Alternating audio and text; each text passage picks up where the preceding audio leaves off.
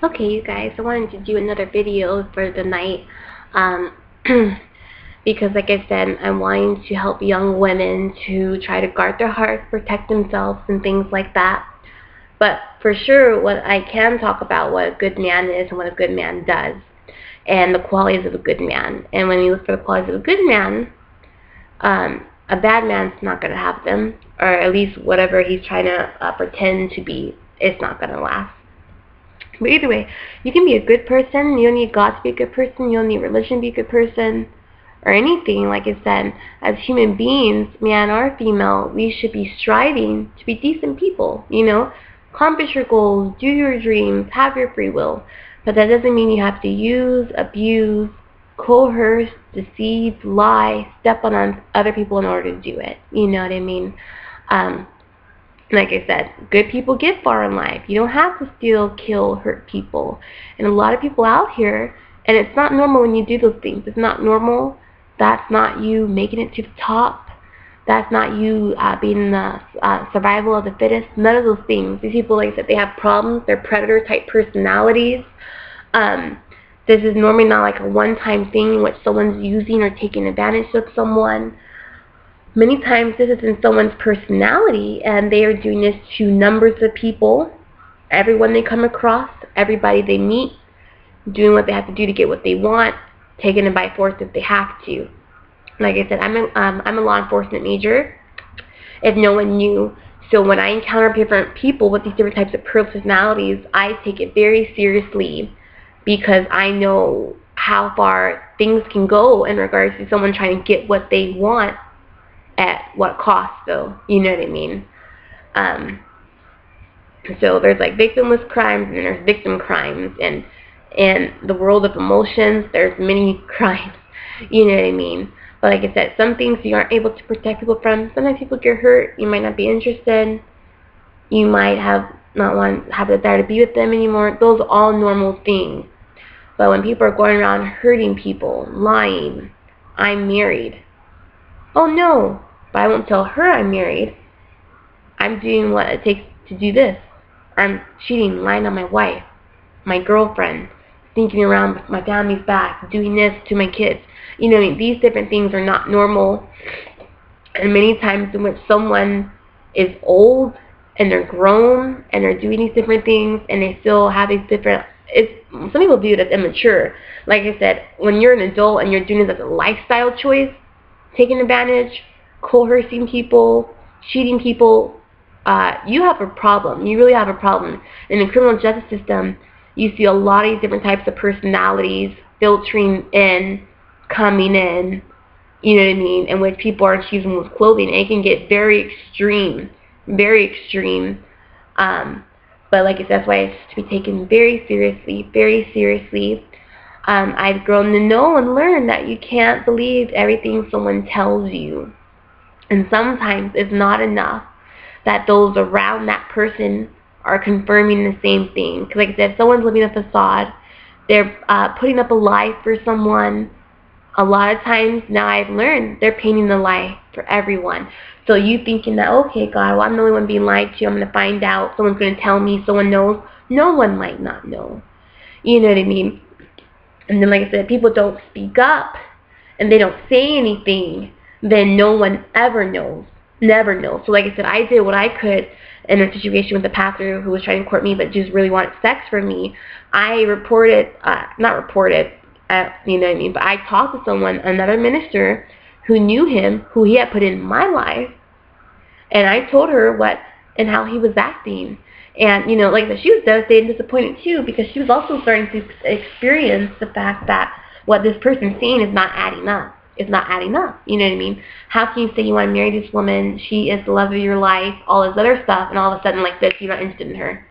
But like I said, she didn't know at the time it's because I wouldn't do nothing sexual with him. That's why he's not interested in me. But like I said, if you're a decent person, guy, whatever, if someone don't do something you like, if you're a good person, you might not, like I said, you might of course not pursue them anymore, but you're not going to ignore them, exploit them, make them feel bad, put them down. You know what I mean? And that's what this person did in the end. He ignored me. He wouldn't answer my phone calls, any of that stuff. Like I said, this is not a good person. These are not good men. So we have to learn what a good man is. You know what I mean? Like, so everyone's not perfect. Some people tell lies. White lie, yeah, your food tasted good. Oh yeah, honey, I'm around the corner when he's down the block, whatever. But when it comes to people lying as a lifestyle, pretending, deceiving, these are not good men. A good man's not going to lie to you. When I say lie to you, I don't mean, like I said, the little white lies. I'm talking about people telling you they're interested in you and they're really not. Them pretending to be people they're not. And them telling you something that really isn't. You know what I mean? Then trying to ask you, coerce you, and is doing something you don't want to do. If someone loves you, they know how your belief systems. If they really respect you, they're not going to question you or ask you to do something they know you already don't do or believe in. And secondly, they're definitely not going to continue to ask you after you said no the first time. Which in this case, I told the guy no. He tried again. No respect. Not a good person. You know what I mean? You know, they're not going to abandon you because you guys don't agree the same way or because you have a different opinion. Person's not going to disrespect you, put you down, belittle you, exploit you, isolate you, quarantine you, which is what I use the term in which people try to emotionally, I want to call it disciplining you, or I'm going to ignore you. You made me mad. You didn't do what I wanted you to do, so now I'm not going to acknowledge you. You don't exist to me. That type of stuff. All those different things, that can destroy someone's self-esteem. That can destroy someone's heart, their feelings, their mind. Like I said, everybody can't handle everything emotionally, and I'm going to do another video on that later in regards to how I don't never call anyone weak. God has made us all different. Some people are more fragile. I like to use the word fragile because something that's fragile can be very beautiful, very precious. But it just means you have to be extra careful and needs extra care. It's not weak. I don't use the word weak or strong because to me those words can put people down. It could be triggers for some people. When some people just can't handle everything. Something might be nothing to someone, could be the straw that breaks the camel's back for someone, or the feather that causes the house to collapse. You know what I mean?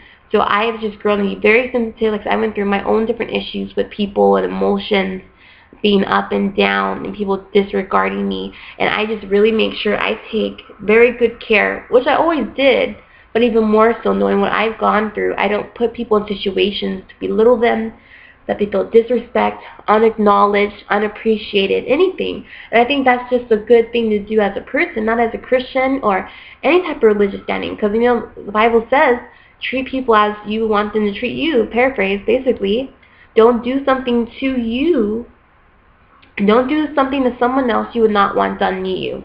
You know what I mean? Because you know how much it hurts, or how much it would hurt you, or how it would affect you, and stuff like that. Because what you do, this is one thing that is like karma, whatever you want to call it, planting and reaping what you sow. What you plant, you will sow. You will sow. It might not be immediately, but these people that are sitting around here hurting people, you know what I mean, deceiving people, taking advantage, theirs is coming. What's coming for them is coming. And you don't want to be next to that person when they're, whatever, the wrath, whatever you want to call it, karma. Karma is like not a secular term, but it's like a non-Christian term. But a lot of people that are not Christians and not religious, they know what that means. And I almost feel like the spirit of return, basically. You know what I mean? Whatever you see or plant or sow, it's going to come get you. And if it don't get you in this life, it's going to come on God's judgment seat. Because like I said, you cannot just go around hurting people. And see, I don't know, like I said, since I'm someone who believes in God or anyone, I would just be so fearful of what would happen to me, or how God views me, or what God's going to do to me if he sees me hurting people, like intentionally hurting people. Like I'm making a conscious effort. I'm going to pretend to be what I have to be to get sex out of this person. All the type of stuff. I would be fearful for my life. I would definitely be fearful for my salvation, because you're running over good people, innocent people, you know. And this doesn't even have anything to do with relationships. This has to do with people stealing stuff, hard work, earned stuff people work hard for, you know. So like I said, people, they have no conscience, they have no empathy. Like I said, there's a lot of sociopaths, honestly, walking around doing whatever they want to do. They have no emotions. whatever little emotions they appear to have or to exhibit, they're mimicking. You know what I mean? Which is what sociopaths do. And there's a lot of people that are just not good people. You have to be careful. You have to be careful. And a good man, he'll wait on you. He's patient. He might bend. He might be tempted, but he's patient. He's not going to force you to do anything. He'll respect you. Because like I said, the thing about sex and men is a lady, when she's emotionally involved and invested, more than likely she's going to share a lot of times her body with you. And for people to be trying to rape, force, coerce people into an experience that someone doesn't, I don't know, I don't want something from someone if it's me having to force, beat it out of them. I want someone to give something to me on their own. Because I'm going to feel guilty. This thing, I'm a good person. Everyone don't think like me. I've learned that the hard way. But I would feel guilty if I was trying to force someone to do something I know they don't believe in. Because I might have what I want later on, but that person, I know they're going to probably be living with regret. They're probably going to be sad. They're going to wake up feeling dirty. You know what I mean? Like, this is a number of different things in regards to peer pressure and you asking someone something of someone you know they don't believe in, and then trying to force or peer pressure them, and then like that emotionally discipline them or quarantine them or try to ignore them when they don't do it. So there's just not a lot of good people out there, so you have to be extremely careful.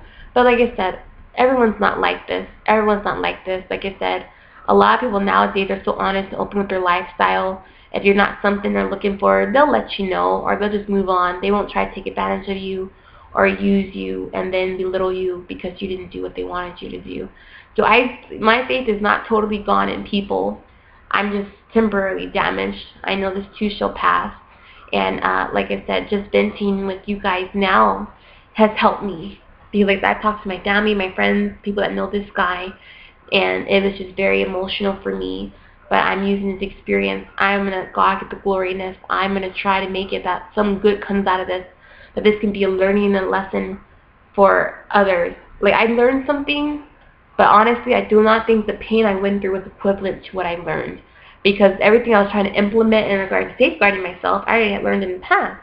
It's just that this time around, the carefulness wasn't careful enough. But I'll talk to you guys later. Bye.